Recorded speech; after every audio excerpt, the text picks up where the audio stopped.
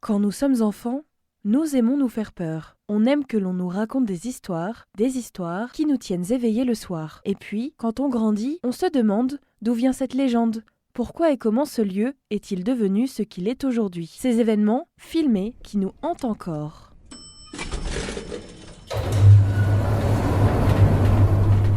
Bienvenue dans Phénomène, sur Westrack Radio, votre émission qui décortique les mystères et événements les plus intrigants de notre civilisation.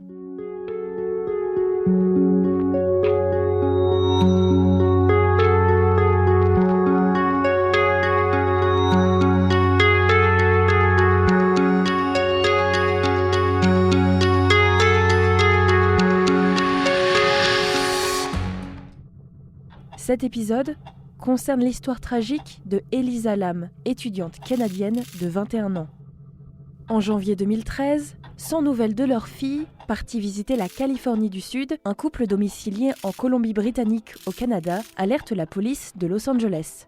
Selon ses parents, Elisa Lam s'apprêtait à quitter le Cecil Hotel où elle logeait depuis le 28 janvier, lorsqu'elle a arrêté de donner des nouvelles. Sans attendre, une fouille est organisée au Cecil Hotel. La chambre de l'étudiante disparue est passée au peigne fin, mais aucun élément ne permet de trouver sa trace. La LAPD, la célèbre police de Los Angeles, alors en quête d'informations permettant de retrouver la jeune fille, partage une captation de vidéosurveillance enregistrée dans l'ascenseur de l'établissement au jour fatidique de sa disparition. Les enquêteurs ne le savent pas encore, ou plutôt n'en sont pas encore sûrs, mais il s'agit là des dernières images d'Elisa Lam en vie, et sans doute d'une des bandes les plus troublantes jamais diffusées par une institution officielle.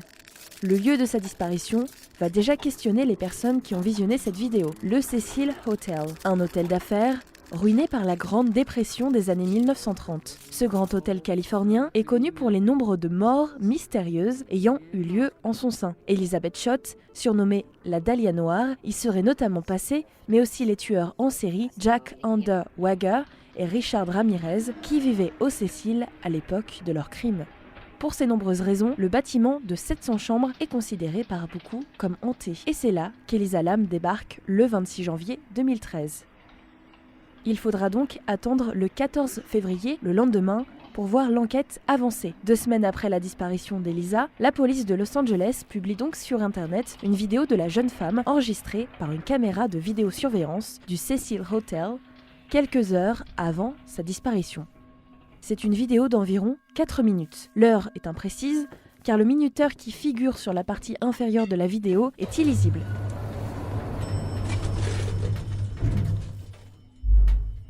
La jeune femme, d'origine hongkongaise, y paraît tendue, désorientée, appuyant sur tous les boutons de l'ascenseur. La Canadienne appuie sur un bouton avant de s'immobiliser, mais la cabine ne bouge pas. Puis elle se blottit contre la paroi de l'ascenseur, comme une manière pour ne pas être repérée depuis le couloir. Elle passe pourtant une tête dans le corridor, peu après, en regardant furtivement à gauche et à droite. La voyageuse se sent à l'évidence traquée. Elle finit par regagner la sécurité de l'ascenseur, où elle appuie cette fois-ci frénétiquement sur les différents boutons, mais à nouveau, rien ne se passe. Malgré sa manipulation des boutons, jamais l'ascenseur ne se referme et ne démarre. Elle sort une nouvelle fois de l'ascenseur et la scène prend une tonalité presque irréelle. Elisa Lam joue curieusement des bras, retourne ses mains, semble parler et se courber devant un interlocuteur invisible. Encore quelques instants et elle quitte le champ de la caméra de surveillance en prenant le couloir à gauche. L'ascenseur se manifeste enfin, ses portes s'ouvrent et se referment plusieurs fois sur cette énigme. À noter qu'aucune autre vidéo ne la montre en train de quitter l'hôtel.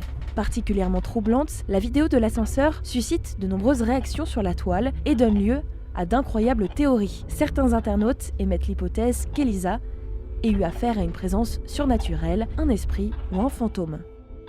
La publication de cette vidéo troublante ne permet cependant pas d'en savoir plus sur la destinée d'Elisa Lam. Les jours filent, tandis que la vie continue à l'hôtel Cécile. Là-bas, les pensionnaires ont d'ailleurs leurs propres soucis. Ils font en effet état de problèmes de débit d'eau dans les chambres et évoquent parfois même sa couleur suspecte. Sabina Beau, touriste britannique ayant résidé à ce moment-là au Cécile avec son mari Michael, s'est ouverte auprès de CNN. La douche était horrible. Quand on tournait le robinet, l'eau sortait noire pendant 2 secondes, puis elle retrouvait une couleur normale. L'eau avait un goût étrange, sucré, écœurant. C'était vraiment un goût très bizarre. Les réclamations s'accumulent. Par conséquent, le 19 février, comme le note le Los Angeles Times, la direction missionne son employé de maintenance, Santiago Lopez, pour qu'il se rende sur le toit et inspecte les 4 citernes abreuvant les chambres de l'immeuble. Il observe que la trappe du réservoir principal est ouverte. Il y jette alors un œil. Le cadavre d'une jeune femme flotte à 25 cm environ du sommet du contenant. Son visage est tourné vers le haut. Elle est nue, ses vêtements dérivant à ses côtés, ainsi qu'une montre et la carte d'accès d'une chambre d'hôtel. Sur place, les pompiers doivent vider puis percer l'une des parois de la citerne pour extraire le corps. Après autopsie, il est confirmé que ce corps est celui d'Elisa Lam et selon toute vraisemblance, la jeune Canadienne s'y trouve depuis le jour de sa disparition, 1 mois plus tôt. Une enquête est aussitôt ouverte. L'autopsie ne révèle aucune trace d'agression sexuelle ou de violence physique ou de sévices auto-infligés. Le rapport conclut à une mort par noyade accidentelle, mais de multiples questions continuent à se poser. Tout d'abord, le fait qu'Elisa Lam ait pu parvenir jusqu'au toit ne lasse pourtant pas d'intriguer. Pour se retrouver là, il faut en effet passer par une porte sécurisée que seuls les employés de l'établissement peuvent déverrouiller et une issue de secours dont l'alarme se déclenche quand on la franchit. Lors de sa propre ascension, Santiago Lopez a d'ailleurs dû désactiver l'alarme. Pendant un temps, la thèse d'une mauvaise rencontre a été envisagée.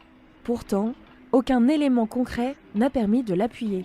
Il reste aussi une question aux enquêteurs. Comment Elisa Lam connaissait-elle ce lieu? Elle n'était ni employée et aucune caméra ne l'a vue monter les marches jusqu'à la porte de service. Et pourquoi la jeune femme se serait-elle rendue sur le toit après cet événement étrange dans l'ascenseur?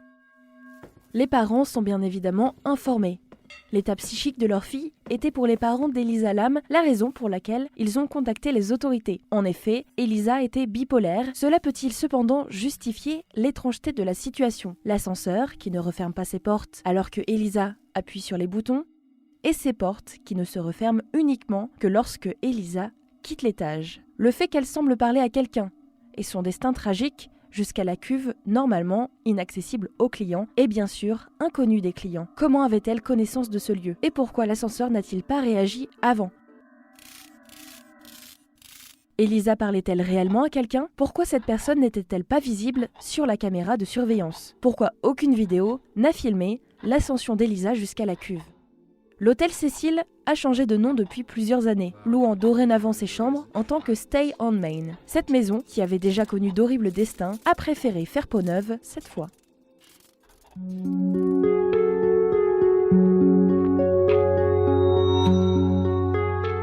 Merci d'avoir fait ce voyage avec moi. Je vous emmène prochainement à la rencontre d'autres phénomènes sur Westrack Radio.